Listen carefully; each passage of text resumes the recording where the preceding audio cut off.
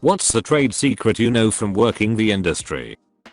A resistor is made in Japan. It is wrapped in plastic and shipped to Michigan. It's installed into a small PCB. It is wrapped in plastic and shipped to Taiwan. That PCB is installed via sideboard connector onto a larger PCB. It is shipped to China. That PCB is installed in a small housing via harness. It is shipped to India. That housing has its microchips programmed and the outside is given a chemical treatment. It is shipped back to Michigan.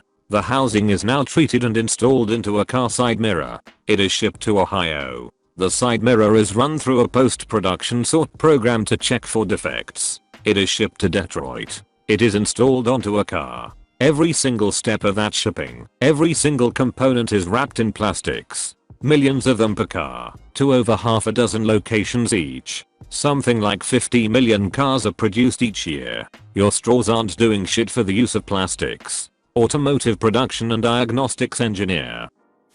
If you want to book a rental car, but they are sold out, book it for a week or two longer than you actually need it, and then just return the car early, and you'll only get charged for the time that you had it. All the systems owned by Enterprise Rent-A-Car, Enterprise, Alamo and National automatically open up their system to long-term reservations, and will make sure you get a car over someone who only booked in for a day or two. Worked there for 2 years. It's a dirty business, but at least I learned a lot of rental hacks. LMAO. Tourism industry here. Look up when peak season is for the destination you're looking at. There are usually cheaper prices at the beginning and end of the season. Try to book at the beginning of the season. Seasonal workers work themselves ragged and are usually completely burnt out at the end. At the beginning of the season, everyone is stoked to start making money again. I've worked in high-end drugs. 1. If you own a hand-knotted rug, don't bother getting it professionally cleaned. If it's just wool, it probably is. Take a pressure washer and some rug shampoo to it if you like. Not necessary unless there's some stains. Knotted rugs are super strong and can take it. I know someone who has a high-end cleaning business and this is what they do and charge money for this service. 2. 100% wool rugs that you see in stores, IKEA, West Elm, Crate and Barrel, etc. are made with blended wool, which is fine, but it is just lower quality wool and will shed. New Zealand wool is what you want and has to be advertised as such. 2. Hand tufted rugs are okay if you can't spend more than like 2 or 3k for an 8x10. These rugs will have a fabric backing as the fibers are glued down in the back instead of knotted in place, so the fibers will come loose, and they are likely made with blended wool. Don't spend thousands on a tufted rug. 3. Never buy a rug with viscose in it, also called banana silk or art silk. It may be okay for bedrooms or low traffic areas, but is a pain in the ass to clean. You can't spot clean a stain, you have to get the whole thing cleaned by a professional. It stains easily. Stains on wool can be spot cleaned. 4. Low on money? Your best bet may be a flat woven rug in wool. Flat wefs can be decently hard wearing. You can flip it because it looks identical on the other side and are often thin enough, and if small enough to fit, can be thrown on the delicate cycle in the wash. Lots of flat wefs out there. They are popular and not so expensive. Don't buy polyester or machine-made rug please. They tend to look like shit easier and are harder to clean. Not sure if any of this is a secret, but if you can't find a book at your local library, ask the reference librarian to do an interlibrary loan. They have access to large networks of libraries that are able and willing to share materials, sometimes even across state lines depending on the sort of library and request. Also utilize the digital content. We have to pay big bucks and fight with publishing companies to get that content, ebooks, audiobooks, etc., and they are great resources. Libby and Overdrive are awesome. Many library systems also offer streaming content of movies and TV shows. Oh, and you can check out national park passes and museum tickets too at many libraries.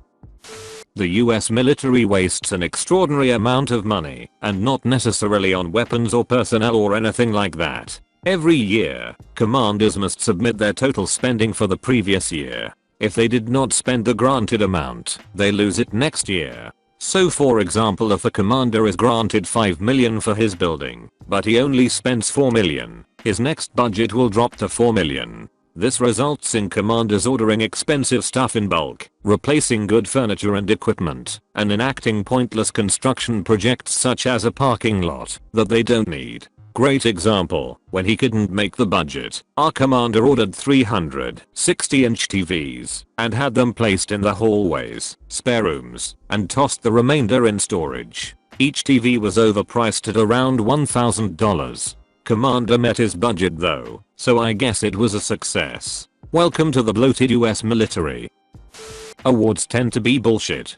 Awards companies are there to sell advertising. They make up awards, offer winning titles to businesses, then charge them to include their name in their literature. For example, the business my husband and I own recently won a national award. We were even asked what award we'd like to win. What's the title of the award you feel you'd be best suited to? We cold made anything up, and we'd have been given it. Bests is in the known universe. To receive a certificate, we need to pay them £70. For a trophy, it's £225. To have a quarter-page spread in their magazine, it's £650. For a featured article, we have to pay them £2,000. It's a load of bullshit. Nobody ever remembers who gave the award, and frankly we aren't daft enough to pay for a featured article nobody will ever read, so we just use the term award winning in our own advertising now. All emergency rooms are not equal emergency rooms. In my hospital, we don't have any sort of OB, pediatrics or any of that. Whenever a kid comes in, or worse a baby, the nurses and doctors are all in a panic. Not because they are incompetent, but because that's not what our hospital does regularly. Sure, we will stabilize to the best of our ability and we will immediately call the local children's hospital. But if you have a child, for example, in distress, and you have multiple hospitals nearby, try being aware beforehand which one is the best for yours or your child's needs. You don't want to rush into an ER where there isn't someone who can confidently and effectively treat you. Things may have changed in the past few years, but generally speaking plastic is hardly ever recycled anymore. It used to be shipped to China for processing, but even they had a hard time with the amount of pollution and toxic waste produced by recycling it. Now it will get shipped to other countries in Asia where more often than not it just gets dumped into the Pacific Ocean. A lot of municipalities just add it to a landfill. On the other end of the spectrum, aluminum recycling is amazing. Attorneys can really only remember the details of about 20 to 40 cases at a time, so if you call your attorney after about a month or two, depending on the firm and how busy they are, they likely completely forgot what happened to you and are working off a set of notes to pretend they have any clue who you are, especially if you've really only interacted with them via phone other than one time in person for an intake or whatever. You cannot copyright or patent a garment design. Only trademarks and branding are able to be protected in the fashion industry. Literally anyone can legally copy any garment, so long as they don't use logos or other copyrighted/trademarked branding.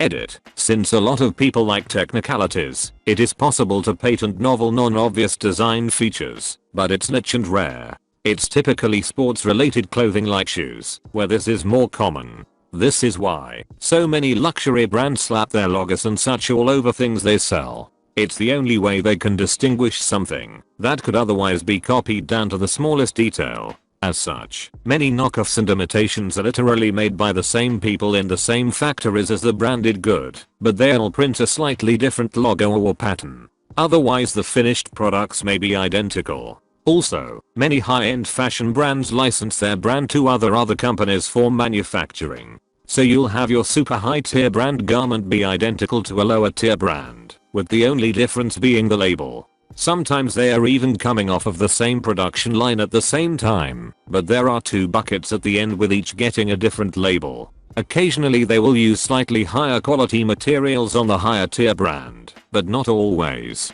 Some brands will manufacture products exclusively for stores like Ross and TJ Maxx that are of a lower material quality than what you'd buy in Nordstrom/Masses/etc. But those same brands will also send otherwise unsold wholesale to those stores, so there will be a mix of the real McCoy and purpose-made cheapers. In all cases, never let a label fool you. Look for the quality of the fabrics and stitching first. Everything else is smoke and mirrors.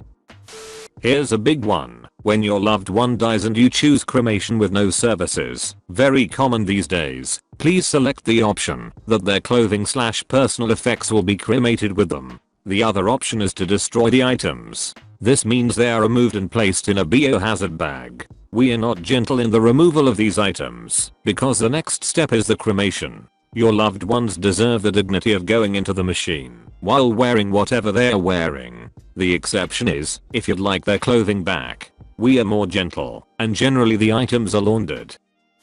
Like and subscribe for more Reddit videos.